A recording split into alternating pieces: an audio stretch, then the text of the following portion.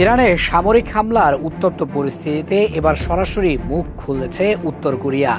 তারা এই হামলাকে কেবল একটি সাধারণ সামরিক সংঘাত হিসেবে দেখছে না, বরং একে সরাসরি গুন্ডামি বা গ্যাংস্টার সুলভ আচরণ বলে অভিহিত করেছে।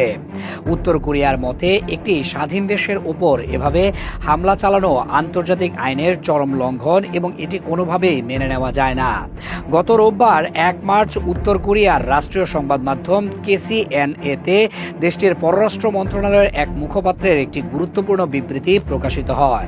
সেখানে উত্তর কোরিয়া ইরানের ওপর চালানো এই সামরিক অভিযানকে অবৈধ আগ্রাসন বলে তীব্র নিন্দা জানিয়েছে। তারা মনে করে যুক্তরাষ্ট্র ও ইসরায়েল যৌথভাবে এই হামলা চালিয়ে ইরানের জাতীয় সার্বভৌমত্বকে অপমান করেছে।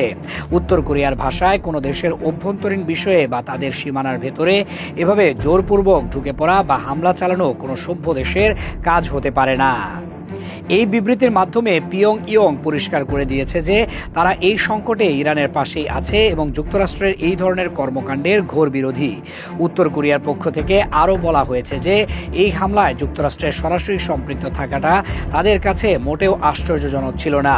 পিয়ংইয়ং মনে করে যুক্তরাষ্ট্র সবসময়ই বিশ্বের বিভিন্ন প্রান্তে নিজের আধিপত্য বজায় রাখতে চায়।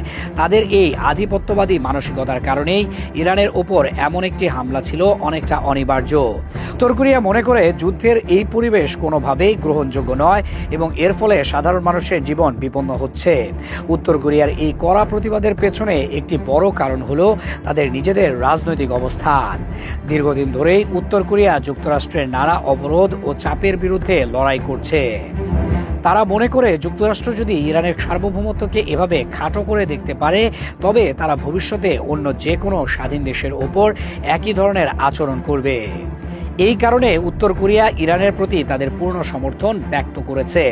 তাদের মতে সার্বভৌমত্ব রক্ষার লড়াইয়ে ইরান যে বাধার সম্মুখীন হচ্ছে তার পেছনে মূল কারিগর হলো যুক্তরাষ্ট্র। উত্তর কোরিয়া তাদের বিবৃতিতে বিশ্ববাসীকে সতর্ক করে দিয়েছে যে এই ধরনের অবৈধ আগ্রাসন যদি চলতে থাকে তবে পৃথিবীতে কোনো দেশই নিরাপদ থাকবে না। তারা মনে করে যুক্তরাষ্ট্রের এই গুন্ডামি বন্ধ করা জরুরি।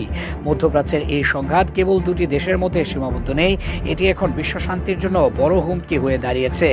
উত্তর কোরিয়ার এই বক্তব্য থেকে বোঝা যায় যে তারা বর্তমান বৈশ্বিক রাজনীতিতে যুক্তরাষ্ট্রের প্রভাব কমানোর পক্ষে এবং ইরানের ওপর এই হামলার বিষয়টিকে তারা অত্যন্ত গুরুত্বের সাথে দেখছে।